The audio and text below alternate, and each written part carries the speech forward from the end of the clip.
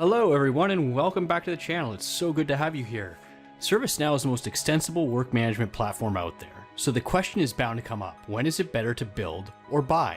Strap in for a few minutes and I'll give you some questions to help you decide. The first and most important question: is there already a ServiceNow module for this? Listen, don't try and build something ServiceNow already has a solution for. 9 times out of 10, you don't have the resources to build as well as ServiceNow, and you're now stuck with development and support of something ServiceNow already does and supports. It's not even saving you on license costs, since most ServiceNow contracts cover the scenario for when your custom apps overlap with ServiceNow's intent.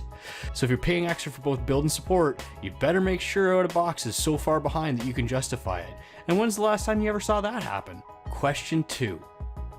Do you have the internal technical expertise?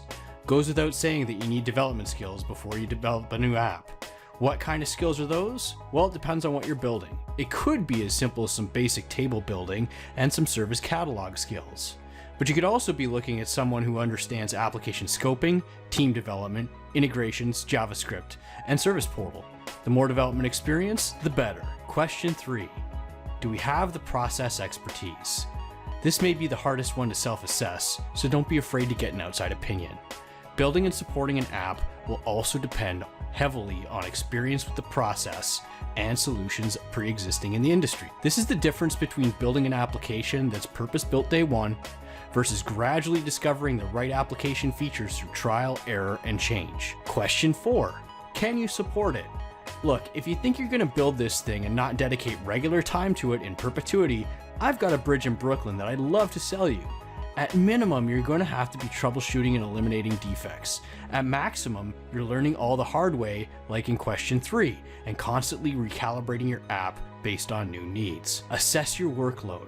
Before this application was requested, was your team already maxed out? You have to ask this question. Question 5. Is there an app for it on the ServiceNow store?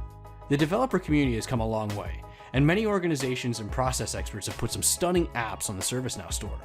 Even if you have the development and process expertise and the support bandwidth, it might still be a better decision to look at the store vendors. Some examples include Whitespace Studio's Pro Code integration platform Unify, VividChart's visualization and storytelling engine, and Fairchild's Maestro MS for BCDR planning. The store makes a ton of sense since you can offload much of the development and support costs of the apps, often for less than it would cost you to make the apps themselves. Now, if it sounds like I'm biased towards buying, I'm not. I've built more custom applications on ServiceNow than I've deployed base ITSM modules. You just need to be smart about it. And there you have it. 5 questions to help you guide your organization to the best allocation of its resources. Now go reward yourself with a cup of Ground Shark coffee while you smash that like button. Don't forget to subscribe and tell your friends.